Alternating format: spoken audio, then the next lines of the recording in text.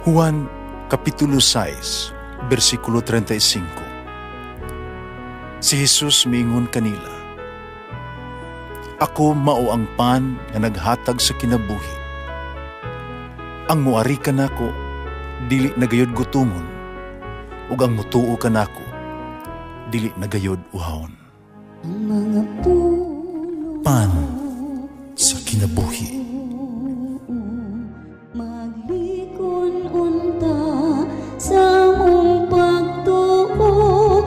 Gagaka kami sa pagtuman sa imong mahal nga kasuguan.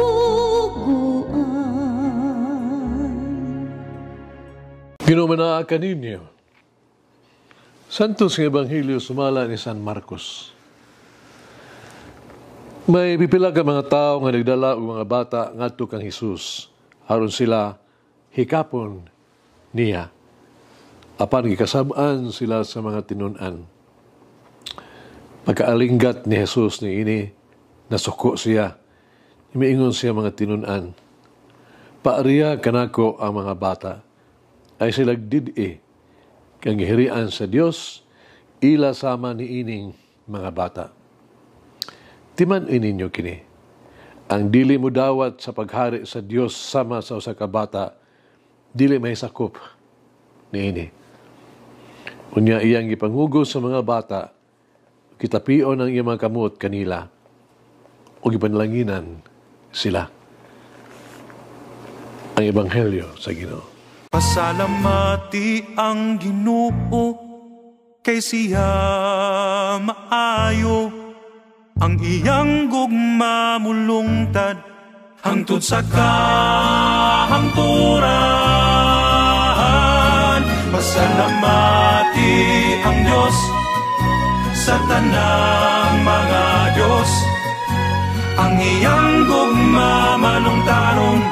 Pasalamati ang Ginoo sa mga Ginoo, ang iyang gugma malungtaron.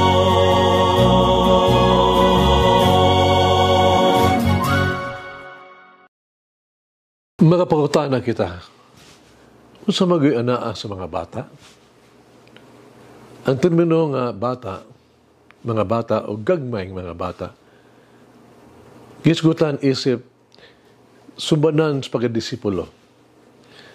Saan sa mga magiha? Ang bata giisip nga walay mahimo, helpless, walay gahom, powerless, huyang, weak. Duwato na yun nila ang ilahang mga limitasyon o ang ilahang panginahanglan ugiya. Karon kinahanglan natong irepresentar ang ato ang kagalingon sa tubangan sa Dios sa sama sang paagi. Kinahanglan mo salig kita sa gahom o providensya sa Dios.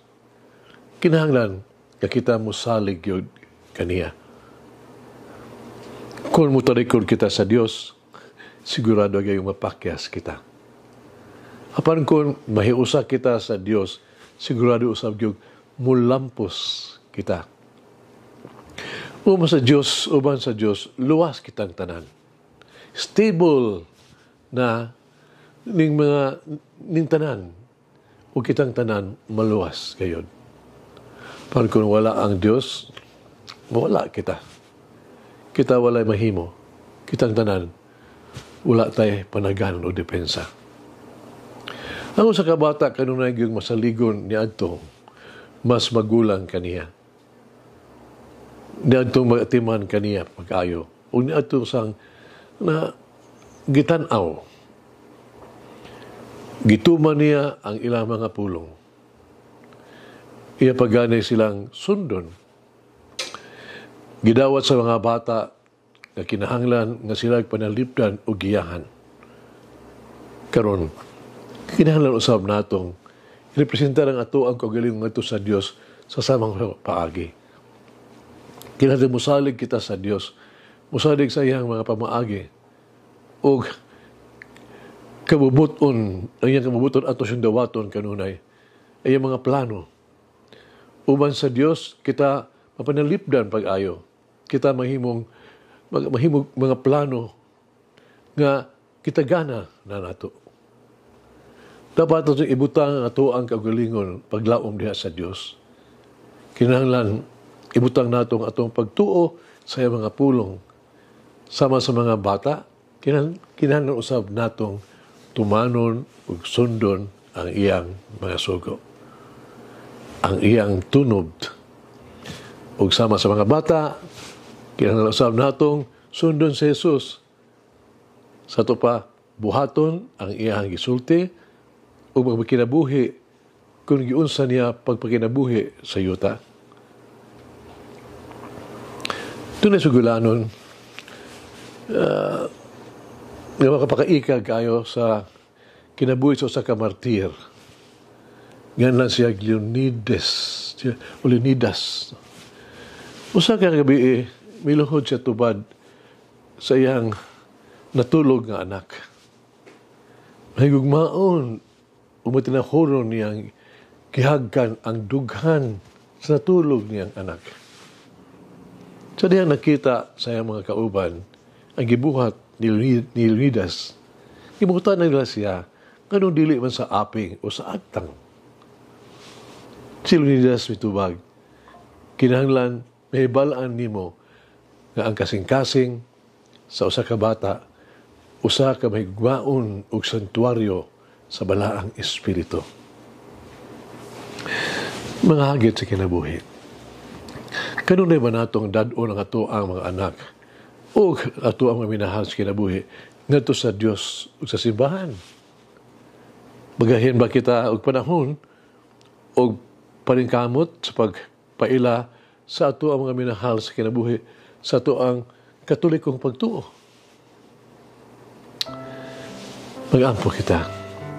Amang wala katapusan ng mahigugmaong Diyos. Maluluyon nga amahan.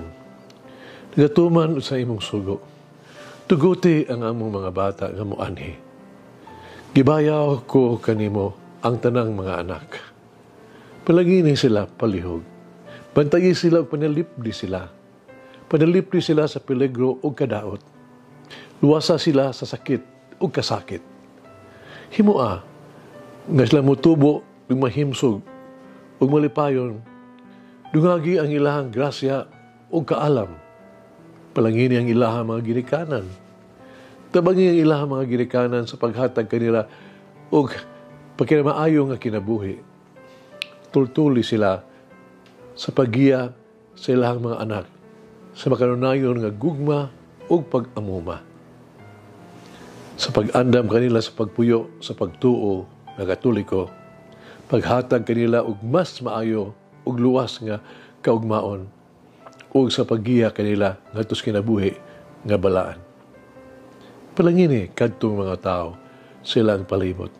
Himo sila makapadasig ng mga modelo nga tan-awon ug sundon. Hinaot nga sila maghimong tinubdan sa kahupayan ug kahupay sa kinabuhi. Gabay nga maghatag sila padayon ug mga maayong panag-ingnan.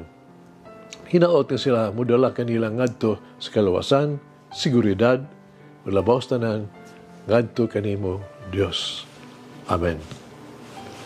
Mama Mary, grant me the spirit of childlikeness. Mulangin ang Diyos magagawang sa tanan, Amahan, Anak, Espiritu Santo. Amen. May the Lord of the divine mercy bless us all. Heal us from all diseases and suffering. Ayun unta niya kita, tanang mga sakit na sa lawas